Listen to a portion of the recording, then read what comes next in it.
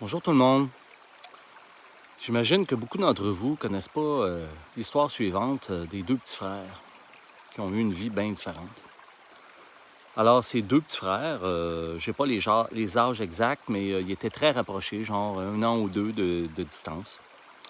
Et leur histoire a ça de particulier qu'ils ont grandi dans une famille extrêmement dysfonctionnelle.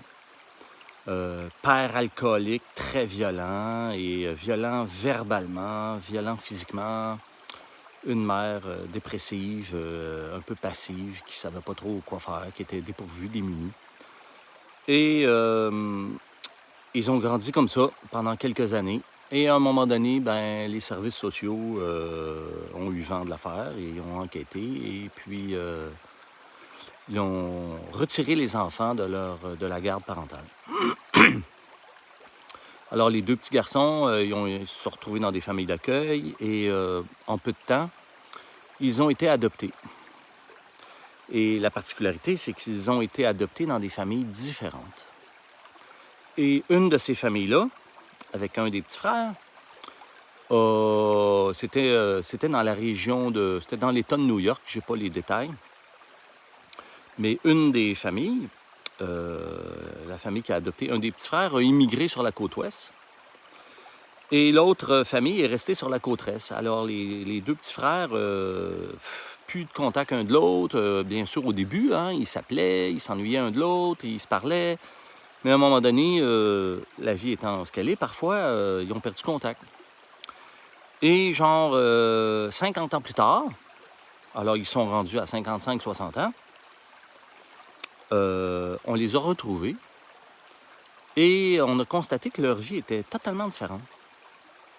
Celui qui avait grandi sur la côte ouest, il avait tombé rapidement dans la délinquance. Dès la puberté, il était devenu délinquant, violent, drogue, alcool, prison, petits délits à répétition. Et il a souvent fait de la prison. Et c'était une vie, disons, une vie de merde.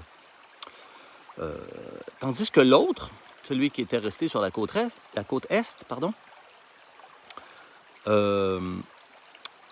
il est devenu, il a fait des études, il a fait une carrière, il a été généreux, il s'occupait du sport amateur pour les enfants. C'était un modèle dans sa communauté, il était toujours serviable pour ses voisins, gentil, une famille stable, il a élevé ses enfants. Alors, les spécialistes se sont demandé comment ça se fait que le même drame a donné des vies si différentes.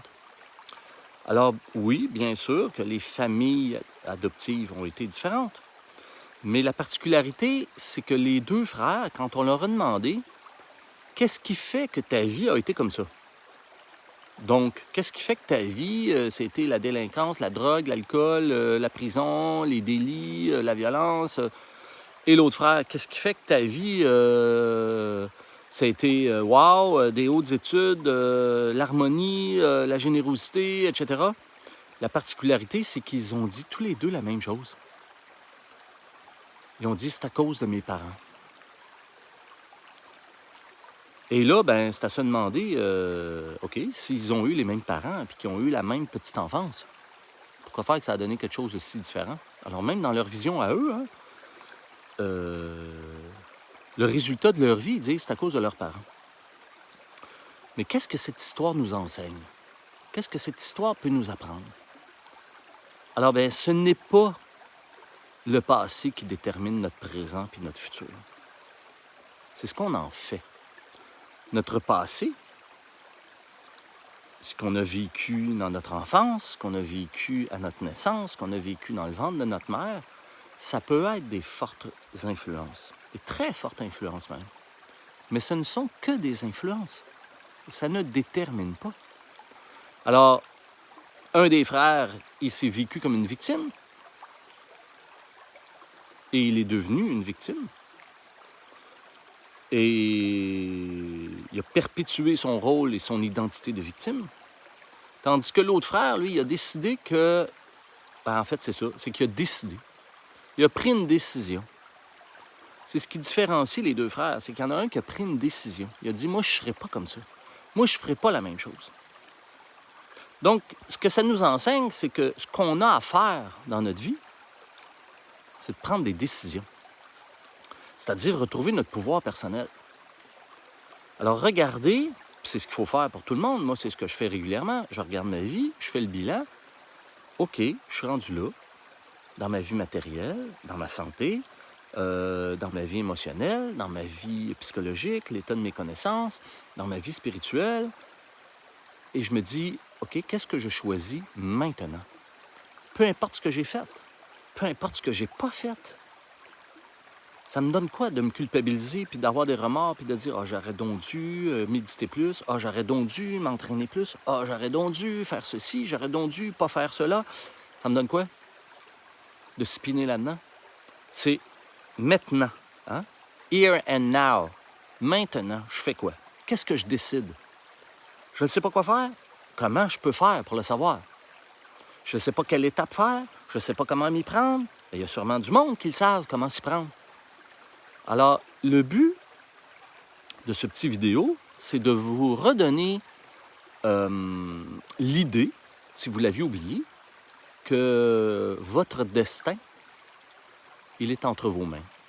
Dans votre capacité de prendre des décisions. Dans votre capacité, dans votre désir de dire « OK, je veux que ma vie s'améliore. OK, je passe à l'action. Pour l'instant, je ne sais pas comment, mais je vais finir par le trouver. » L'important, c'est de prendre une décision. Alors, à chaque fois que des gens réussissent dans leur vie, que ce soit dans le monde des affaires, que ce soit dans le monde du sport, que ce soit dans leur vie de couple, que ce soit à n'importe quel niveau ou dans n'importe quel aspect de leur vie, ils ont travaillé pour éventuellement trouver une méthodologie qui fonctionne pour eux. Alors, trouvez la méthodologie qui fonctionne pour vous. Elle existe. Parce qu'il y en a qui sont partis de très, très loin, parfois avec des lourds handicaps. Et ils sont devenus des êtres extraordinaires, des bienfaiteurs de l'humanité. Donc, sortez de votre victimite, arrêtez de vous plaindre, surtout arrêtez de procrastiner, si c'est le cas, vu que c'est une maladie très, très répandue, la procrastination.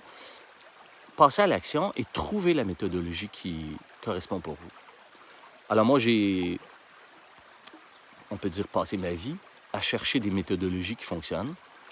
Il y en a beaucoup qui ont fonctionné pour moi. Il y en a beaucoup qui fonctionnent pour les autres. Alors, si vous voulez en savoir plus, allez voir sur notre chaîne YouTube, Institut Bio-Coaching, et faites institutbiocoaching.com. Vous allez trouver des méthodes qui, peut-être, pourront faire une différence dans votre vie. Bonne journée, tout le monde!